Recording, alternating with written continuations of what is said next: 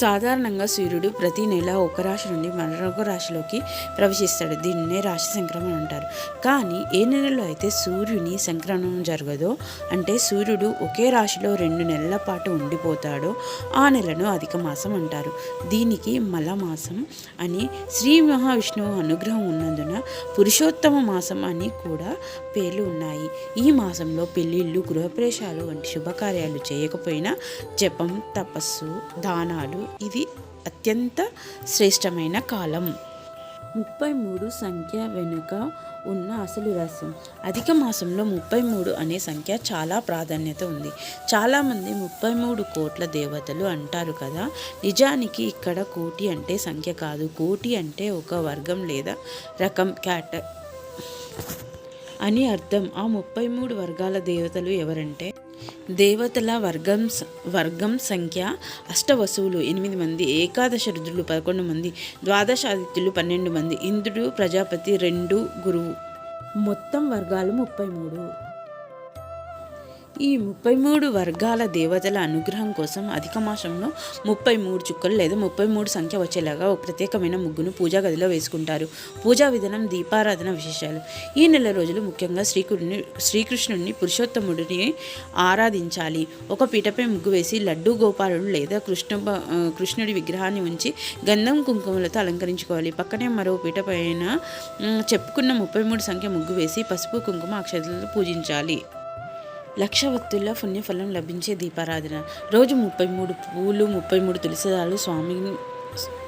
దళాలతో స్వామిని పూజించాలి. దీపారాధన విషయంలో 108 ఓగులో ఉన్న కమలం వత్తులను రోజు 33 చొప్పున వెలిగిస్తే నెల తిరిగేసరికి అది లక్షవత్తుల దీపారాధన సమానమైన పుణ్యాన్ని, ఐశ్వర్యాన్ని ఇస్తుంది. శుక్రవారం ప్రత్యేక లక్ష్మీ పూజ. అధిక మాసంలో వచ్చే ఏదైనా ఒక శుక్రవారం లక్ష్మీదేవి ఫోటో ముందు 33 అష్టదళ పద్మాలు లేదా 33 ఆవు పాదాల ముగ్గు వేసి 33 పోగుల వత్తితో దీపం వెలిగించి పిండి వంటలను నైవేద్యంగా పెడితే అఖండ లక్ష్మీ యోగం కలుగుతుంది.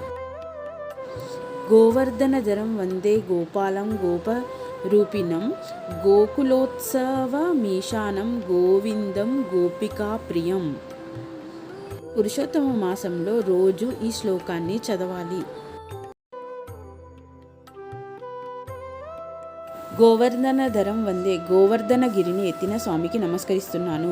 గోపాలం గోపరూపిణం. గోవులను కాపాడే ఆ గోపాలుడి రూపానికి వందనం. గోకులోద్భవం ఈశానం. గోకులంలో జన్మించిన ఈశ్వరుడికి, జగన్నాథునికి. గోవిందం గోపికా ప్రియం. గోపికలకు ప్రాణమైన గోవిందుడికి నమస్కారం. నియమాలు, వ్రతాలు మరియు దానాలు. ఈ మాసంలో పాటించవలసిన కొన్ని ప్రత్యేకమైన నియమాలు. వస్త్ర నియమం. కొందరు మహిళలు రోజుకు కొత్త చీర చొప్పున 33 రోజులు 33 చీరలు కట్టి వ్రతం చేస్తారు. గోసేవ. ప్రతిరోజు ఆవుకు 33 చిన్న చపాతీ లేదా అరటిపండ్లు తినిపించడం మంచిది. నదీ స్నానం, అరిసెల దానం. నదిలో 33 అరిసెలు వదలడం లేదా బ్రాహ్మణుడికి కంచు పాత్రలు 33 అరిసెలు పెట్టి వాయనం ఇవ్వడం ద్వారా దేవతలు సంతృప్తి చెందుతారు. ముత్తైదువుల తాంబూలం. 33 మంది ముత్తైదులకు తాంబూలంతో పాటు 33 గాజులు, బ్లౌజ్ పీసులు లేదా డ్రై ఫ్రూట్స్ వంటివి దానం ఇవ్వాలి. వివిధ రకాల వ్రతాలు, నియమాలు. నక్త భోజనం. పగలంతా ఉపవాసం ఉండి రాత్రి మాత్రమే భోజనం చేయడం. దీనికి స్వయంపాక దానం ఇవ్వాలి. మౌనవ్రతం. స్నానం, భోజనం, మలమూత్ర విసర్జన సమయాల్లో అస్సలు మాట్లాడకూడదు.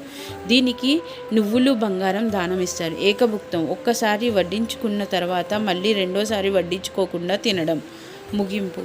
చూశారు కదా ఫ్రెండ్స్, ఈ అధిక మాసంలో ఇన్ని రకాల పూజా పద్ధతులు ఉన్నాయి.